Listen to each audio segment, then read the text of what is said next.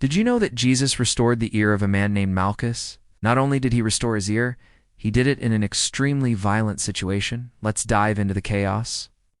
We find this story in Luke 22:50-51, in the garden. Peter struck the high priest's servant, cutting off his ear. Now here's the context. Jesus and his disciples were in the garden just outside of Jerusalem called Gethsemane, praying. But soon he would be arrested and taken to the high priest. And one of the servants of the high priest was a relative of Jesus named Malchus. And as Peter was making his way to where Jesus was, he met Malchus, and there was some kind of altercation. We don't know exactly what happened, but we do know that Peter, in a moment of anger or in a moment of defense, cut off Malchus's ear. Now imagine for a second the chaos that had erupted. You have people everywhere. There are priests, there are temple guards, there are servants. They're all running around. And in the middle of all of this commotion, you have a man with blood coming from his ear, probably in shock, wondering what just happened. And in the middle of this chaos, Jesus steps in. He stops everybody. He sees this carnage. He sees this man with his ear cut off, and he heals him.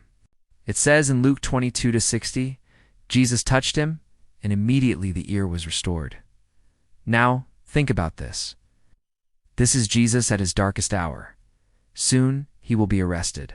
Soon, he will be beaten. Soon, he will be crucified. And yet, in this moment of utter chaos and violence, Jesus stops the violence. He doesn't retaliate. He doesn't curse. He doesn't fight back. Because Jesus is compassionate even to those who don't deserve it. It's even to those who hate him, even to those who would arrest him and put him to death. Jesus shows compassion. Friends, we can learn a lot from this passage. When we're in the midst of chaos, when we're in the midst of a difficult situation, let's be like Jesus. Let's bring healing. Let's bring wholeness. Let's bring light into the darkness. Let's apply this to our lives right now. How can we bring light into a dark situation? How can we bring healing to someone who is hurting? Maybe it's the person sitting next to you at work. Maybe it's your neighbor. Maybe it's someone in your family. God may be calling you to be a light to them. God may be calling you to show them compassion. God may be calling you to show them love. So let's take a minute and ask God for wisdom.